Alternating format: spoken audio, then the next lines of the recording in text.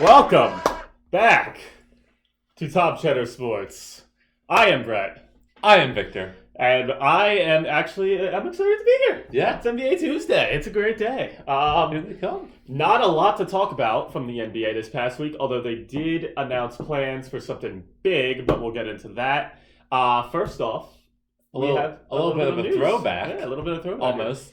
Carmelo Anthony named Player of the Week for the first time in 5 years. Wow. Congrats to him, because I'm sure after a certain period of time, you don't expect to see that anymore. I didn't. In his 3 games during the week, he averaged 22.3 points, 7.7 rebounds, and 2.7 assists per game. Wow. They went 3-0. Very deserving. Yeah. Yeah. Wow. Melo's back. Yeah. Possibly. The Blazers got some questions basically when they made that signing, but wow. Seems to be paying off. He's trying to prove him right in that signing. So. All right then.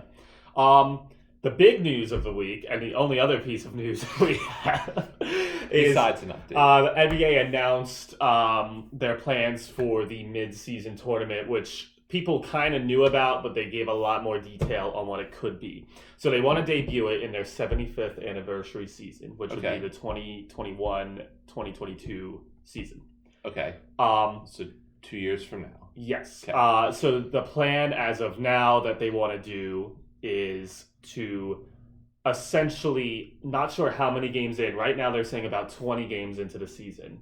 Okay. You're going to rank every team in the league based on record, seed them 1 through 30. Okay? Okay. The top 4 teams essentially get a bye. Okay.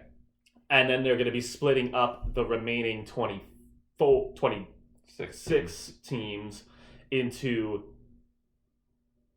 I believe the top 6 teams then get a bye, because they're splitting the rest of the groups into 6 groups of 4. Okay. And then those 6 groups of 4 play each other in a little mini tournament style. Those games count towards your regular season record, which I don't like. But anyways, so based off the remaining seeding, like the better teams will play the worst teams. You play those, the winners will then play each other eventually all the way up. You'll have a champion. Now, what does the champion get? Well, as of now, the plan is for the champ to get a sum of money. As of now, it's only $100,000, which is literally nothing meaningless to these people. Yeah. Well, to the organization. Even worse. Or even the players. Worse. Whatever. And then you're going to get a trophy, and they're talking about getting an additional draft pick to the winner. Ooh. Now, this would probably just be added on as an additional second-round pick at the very end of the draft, I would imagine. But still, certainly enticing and kind of cool that an extra college player will now get a chance in the league. But that's the plan as of this moment. This is all still, none of this is finalized. Right. It's and the G League would also do the same thing. It's interesting if anybody cares. How some of it would contribute to, would the whole thing contribute to your record, or just that first? The whole tournament, I believe, would contribute to your regular season record, which then you have teams playing less games. Which means later, you got to assume those top 6 teams that all got buys are going to have to play each other in some capacity. Right. Which could lead to some pretty high competitive games, which of course we get already. But so, do you think this sounds cool? Do you think this sounds dumb? Like, what are your thoughts? I think it sounds cool. I don't want any of it contributed to my record as a team. I agree. I almost wonder if this is something maybe they do with the All-Star game more.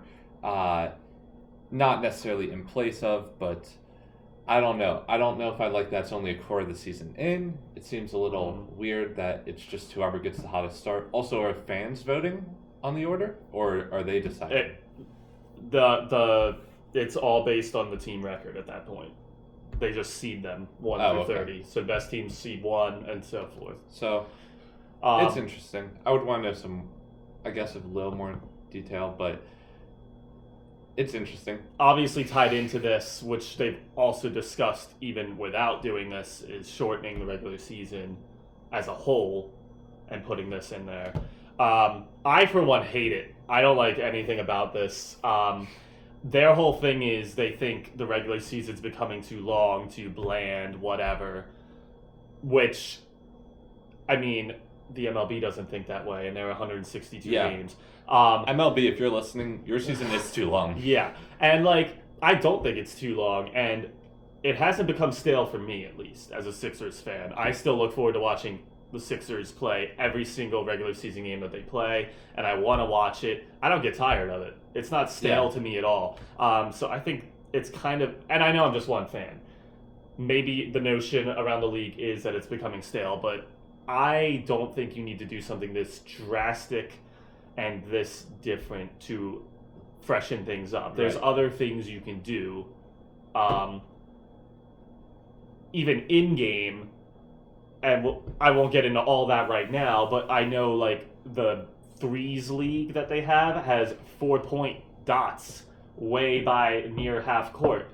Even just adding something like that, all of a sudden, boom, the league's interesting again if it wasn't already. So I don't know. And the NBA's doing fine. It's been the most successful league in the past decade in terms of growth. I don't think they growth in terms of social media and outside presence. I don't think they need to do this. No, if it doesn't count towards the record, I think it's intriguing. It's almost, especially if they get another 2 teams in the league and there's no buys, it's basically a March Madness for the NBA. That would be just a huge cool, bracket. But I don't think it should count towards the record. Of course, if it doesn't count towards the record, you need something to entice them, and 100,000 isn't much. You would need more money. Yeah. Or figure out how that draft pick is going to play. Because if you throw it between the first and second rounds, that's a big deal. Yeah. I mean, and instead of doing like a tournament, I would kind of like to see them implement something like the FA Cup in English soccer, where you kind of randomize who plays what, and then you go through rounds and you play for a big prize money, and it's completely random, like re-randomize them between each round. The winners advance, and then you re-randomize. That would be cool. I think that would be something that worth exploring. I also think it would then give teams who are towards the bottom of the league a lot more of a chance, which makes it more interesting. So. Absolutely, and a chance to get more money to spend as well if they win. That's the whole premise of that in the English soccer leagues. I think that could maybe apply. That would be cool. I think that'd be better than what they're currently thinking. So, but again, this is all not even close to being finalized.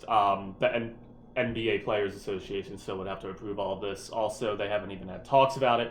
So this is all very much in the air, but the NBA did officially announce that that is currently what they are discussing, and the owners have kind of approved that and like that. So it's kind of up to the NBA PA and to just hash out the little details. So let us know what you think down below about all of this. This is certainly a bombshell. Yeah, it's that's been dropped. Very interesting. Even though we kind of saw it coming, it's made more of an impact than I would have imagined, and people are dying, and there's poison in the air, and it's a big bomb that's been dropped. So leave a like, leave a comment, smash the subscribe button. And very quickly, before we end our video, some current standings on the top 3 and bottom 3 across the league. Yeah, let's recap the top 3 and bottom 3 teams in the league. So we'll start with the top. One team has changed, actually. Last week it was the Lakers, Bucks, and the Nuggets.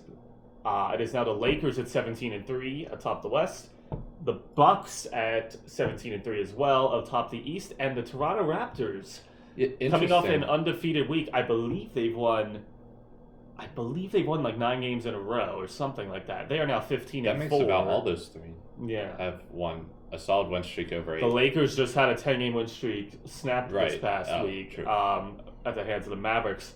But yeah, the Raptors now 3rd best record in the league. And then, of course, we have the bottom 3 teams, and none of them have changed. We still have the Hawks, who are now 4-16. We have the Knicks, who are 4-16, and we have the Golden State Warriors, who have won a game and now are 4-17. Wow. Oh, how the mighty have fallen. So the Knicks are a bottom 3 team in the league. That's crazy. The Knicks are ahead of the Warriors. The still. Knicks are ahead of the Warriors. There you go, Knicks fans. Half game ahead. Yes. So we'll see if that lasts. Probably not. Probably not. But Definitely. yeah. Yeah. So there's your current standings updates, and that will officially do it. Do it. I jumped the gun. So yeah, do all those YouTube things I just said, and I will see you tomorrow. You will see them as well. Yeah. Yes, both of us will see you tomorrow. We'll be for talking some hockey. We'll be doing that hockey. Let's do that hockey. Let's do that hockey. Bye.